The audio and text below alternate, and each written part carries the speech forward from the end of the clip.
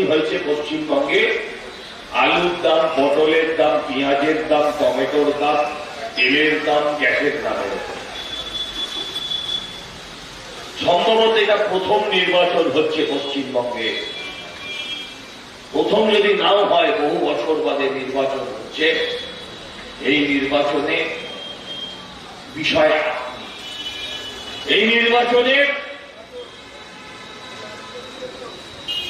মূল যে ইস্যু, সেই ইস্যুগুলো হচ্ছে আপনার পরিবার, আপনি এবং আপনার পরিবার। এই নির্বাচনের মধ্যে দিয়ে স্থির হবে আপনার পাড়ার ছোট ছোট বাচ্চা ছেলেগুলো বা যে স্কুলগুলো আপনাদের শিক্ষিত প্রতিষ্ঠিত করেছিল, সেই স্কুলগুলো আজকে উঠে যাচ্ছে, ছেলে মেয়েদের বেসরকারি স্কুলে ভর্তি হতে হচ্ছে। তাই এই নির্বাচনের মধ্যে দিয়ে স্থির হবে আপনার বাড়ির ছেলেটা শিক্ষার দাম কত। এই রাজ্যের শিক্ষিত ছেলেমেয়েরা পরিযায়ী হয়ে যাচ্ছে, এই রাজ্যের শিক্ষিত ছেলেমেয়েরা অন্য রাজ্যে চলে যাচ্ছে। তাই এবারের নির্বাচন হবে আপনার পরিবারের শিক্ষিত বেকার ছেলেটার চাকরির দাম কত। এবারের নির্বাচনে আপনারা স্থির করবেন যে আমাদের রাজ্যে নারী মায়েদের, বোনেদের সম্মানের দাম কত। এবারের নির্বাচনে আপনারা স্থির করবেন বাড়িতে থাকা অসুস্থ মানুষটা এই রাজ্যে চিকিৎসার দাম কত। আমি যেহেতু শুরুতে বলেছিলাম যে এলাকার স্কুলগুলো বন্ধ হচ্ছে, আমি যদি শিক্ষা দিয়ে শুরু করব, আমি আপনাদেরকে প্রথম অনুরোধ করব, আপনাদের কাছে আবেদন, ভোট দিতে যাওয়ার আগে আপনারা একবার বরানগরের স্কুলগুলোকে ঘুরে আসবেন। যে স্কুলগুলো আপনাদের শিক্ষিত করেছে, যে স্কুলগুলো আপনাদের সমাজে প্রতিষ্ঠিত করেছে, যে স্কুলগুলো থেকে শিক্ষিত হয়ে আপনারা সমাজে প্রতিষ্ঠিত নয়, পরবর্তী প্রজন্মকেও শিক্ষার আলো দিচ্ছেন, পথ দেখাচ্ছেন, সেই স্কুলগুলো আজ এ রাজ্যে কেমন আছে। আমি প্রথম আপনাদের কাছে আবেদন করব, আপনারা ঘুরে দেখে আসুন। আমি যতটা দেখেছি 25টার বেশি স্কুল এই আপনাদের বরানগরে সম্পূর্ণভাবে বন্ধ হয়ে গেছে। ভোট আসছে, আবার ছাড়পোষ হচ্ছে ওই স্কুলগুলো। কিসের জন্য? বাহিনী থাকবে, সিআরপিএফ থাকবে, বিএসএফ থাকবে, আর আপনারা ভোট দিতে যাবেন। ভোট হয়ে যাবে, আবার তারা করে যাবে। আমরা যখন মাধ্যমিক দিয়েছি তখন 16 লাখ 17 লাখ করে ছেলে মেয়ে পরীক্ষা দিচ্ছে। জানেন এবছর কত ছেলে মেয়ে মাধ্যমিক দিয়েছে?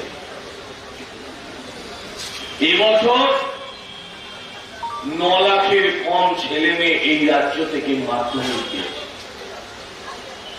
তাহলে 16 লাখ যদি হয়, তাহলে 8 লাখ ছেলে মেয়ে কোথায় গেল? 16 লাখ 17 লাখ করে যেখানে পরীক্ষা হতো প্রতিবার, সেই 8 লাখ ছেলে মেয়ে কোথায় গেল? তারা কি লেখাপড়া ছেড়ে দিয়েছে? না, তারা লেখাপড়া ছাড়েনি। তারা লেখাপড়া ছাড়েনি, তাদের বাবা মারা তাদেরকে বেসরকারি স্কুলে ভর্তি করতে বাধ্য হয়েছে। বেসরকারি স্কুলে কেন? কারণ সরকারি স্কুলগুলো যদি আপনারা একটু না করে না দেখেন, তাহলে তো বুঝতে পারবেন না। এই স্কুলগুলোয় বড় বড় বাড়ি ছিল, সুন্দর সুন্দর বড় বড় জানলাওয়ালা ক্লাসরুম ছিল, তাতে টেবিল ছিল, বেঞ্চ ছিল, শিক্ষক মহাশয়ের চক ছিল, ডাস্টার ছিল, কিন্তু আজ সব ছিল পরিণত হয়েছে, সব ইতিহাস।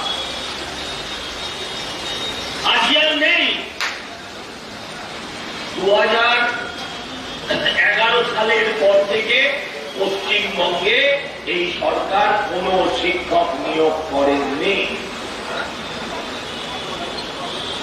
কোন শিক্ষক নিয়োগ হয়নি এই পশ্চিমবঙ্গে। আমরা যখন ছোট ছিলাম আমাদের তখন বাড়িতে একজন মাস্টারমশাই থাকতেন, কিংবা আমাদের কোচিংয়ে একজন মাস্টারমশাইয়ের কাছে পড়তে যেতাম। সেই মাস্টারমশাই আমাদের অল সাবজেক্ট পড়াতেন।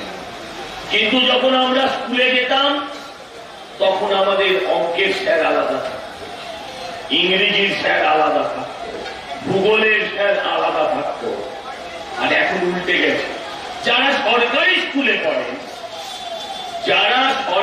স্কুলে পড়েন তাদের একটি বা দুটি শিক্ষক, তিনি কখনো ইংরেজি পড়াচ্ছেন, তিনি কখনো অঙ্ক পড়াচ্ছেন, তিনি কখনো ইতিহাস পড়াচ্ছেন। আর আমরা বাড়িতে এসে বিভিন্ন শিক্ষকের কাছে পড়তে যেতে হচ্ছে।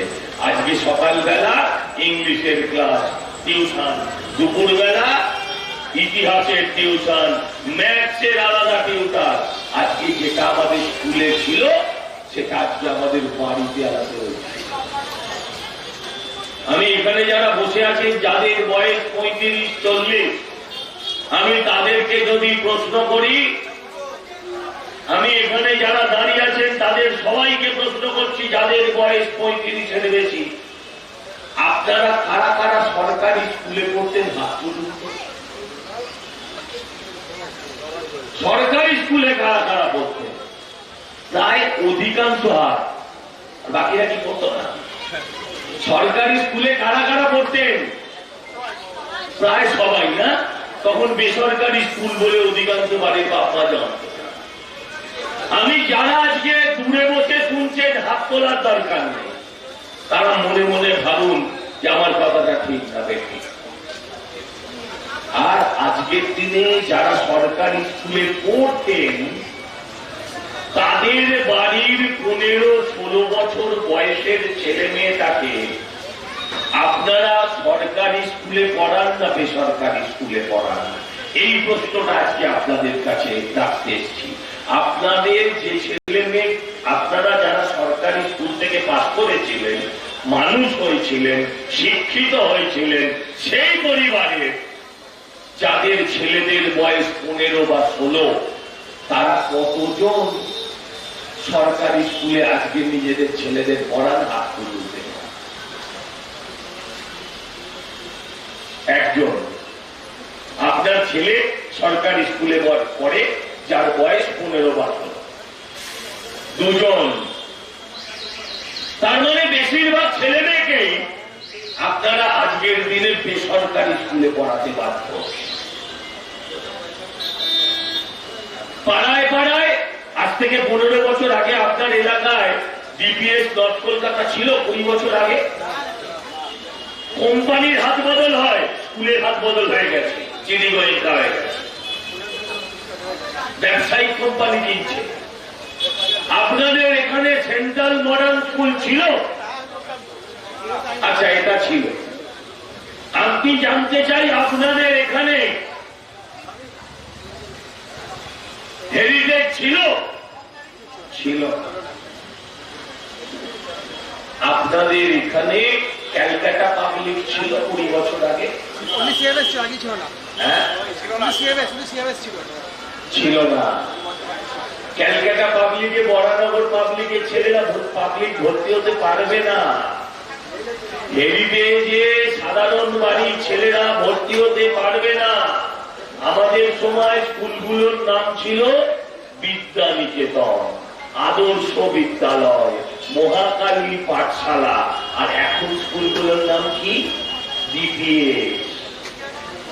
এখনকার স্কুলগুলোর নাম কি? হেরিটেজ। এখনকার স্কুলগুলোর নাম কি? অ্যাডামাস, বাপ মায়ের জন্য আষ্টমাস। আমি আমার ছেলেকে বলেছিলাম, যে টাকা খরচা করে আমার বাবা আমাকে গ্র্যাজুয়েট করেছিলেন, আমার স্বীকার করতে কোনো লজ্জা নেই, আমিও আমার ছেলেকে প্রাইভেট স্কুলে পড়িয়েছি। আমি আমার ছেলেকে বলেছিলাম, যে টাকা খরচা করে আমার বাবা মা আমাকে গ্র্যাজুয়েট করেছিলেন, তোকে আমি সেই টাকা দিয়ে স্কুলে ভর্তি করলাম। এই স্কুলগুলোয় হয়তো সাধারণ ছেলে মেয়েরা যেতে পারবে না, কিন্তু মধ্যবিত্ত নিম্নবিত্ত মানুষ যারা আজকে দিন আনে দিন খায়, তারাও কষ্ট করে পাড়ায় পাড়ায় গজিয়ে ওঠা প্রাইভেট স্কুলগুলোতে নিজেদের ছেলে মেয়েদের ভর্তি করছেন। তারা